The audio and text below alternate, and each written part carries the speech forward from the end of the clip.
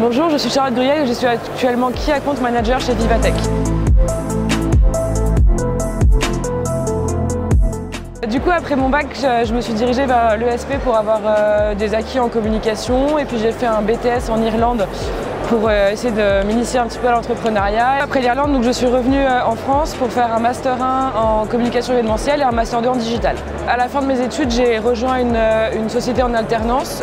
Pour le coup, je m'occupais de tout ce qui est tourisme d'affaires. Donc, je travaillais pour des régions, des destinations pour faire venir des décideurs événementiels. Ensuite, j'ai décidé de monter ma boîte, mais j'étais toute seule et du coup, c'était un peu compliqué, donc j'ai abandonné l'idée. Ensuite, j'ai voyagé pendant un an pour me changer un peu les idées et savoir ce que je voulais faire.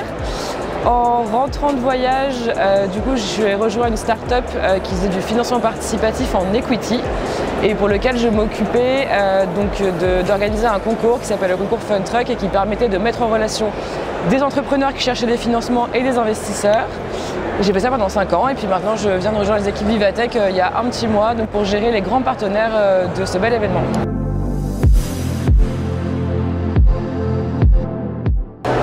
Oui, en fait, l'événementiel, c'est vraiment mon cœur de métier en termes de communication. J'adore vraiment ça, créer la rencontre entre les gens. Et c'est vrai que la tech, tout ce qui est innovation, permet une autre façon de créer cette rencontre et en fait rassemble les gens parce que c'est un peu le sujet d'actualité et il faut vraiment que les gens se rendent compte là-dessus. Donc vraiment tech et événementiel, c'était voilà, deux choses que je retrouve vraiment chez Vivatech. Actuellement, mon rôle, c'est donc de gérer les grands partenaires qui sont à Vivatech. Donc, on a plusieurs grands partenaires des fundings tels que Orange, LVMH ou le groupe Bouygues. Moi, mon rôle, c'est de les accompagner, surtout que tout se passe bien, que leur stand soit bien constitué, qu'ils aient du monde et que tout se passe bien. Et on a aussi des plus petits partenaires. Et en gros, le rôle, voilà, c'est de faire en sorte que leur présence sur site soit à la hauteur de leurs attentes.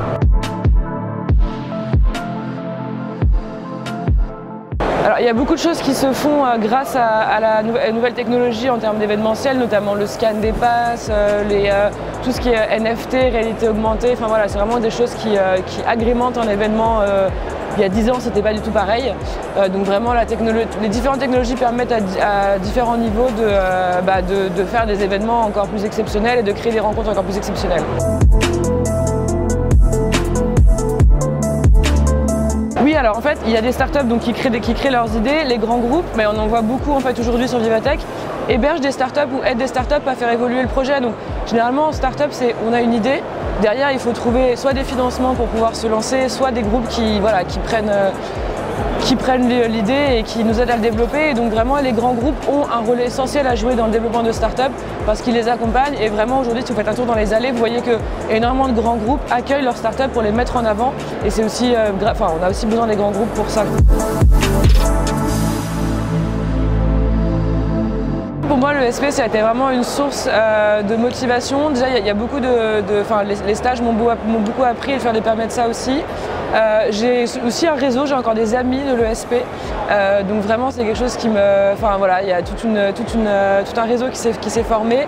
Et ça m'a aussi appris la veille, me renseigner sur l'événement, sur l'événementiel, sur la communication, essayer de voir un petit peu ce qui sort. Et ça a été un tremplin pour moi, vraiment, ça m'a conforté dans mon envie de vouloir faire de la communication et de l'événementiel. L'ESP, c'était vraiment une petite structure à taille humaine.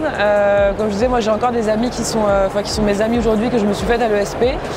Donc vraiment la petite structure, l'aspect pédagogie, on était vraiment proches, dès qu'on avait un problème, on savait à qui parler. Les cours étaient hyper divers, je me souviens qu'on avait de la PAO, de la communication, plein d'autres choses, on nous formait énormément pour avoir le BTS. Voilà, beaucoup de motivation, je me souviens de la musique de We Are the Champion que Jean-Philippe vous avait envoyé la veille du BTS pour nous motiver, donc vraiment un esprit familial et que moi c'est ce qu'il me fallait après le bac justement, voilà, me retrouver, je n'avais pas envie d'être dans une grande école, vraiment quelque chose de familial et donc c'est vraiment ce que j'ai apprécié.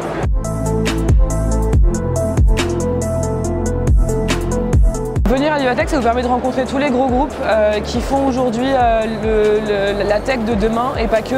Ça vous permet aussi de trouver du boulot.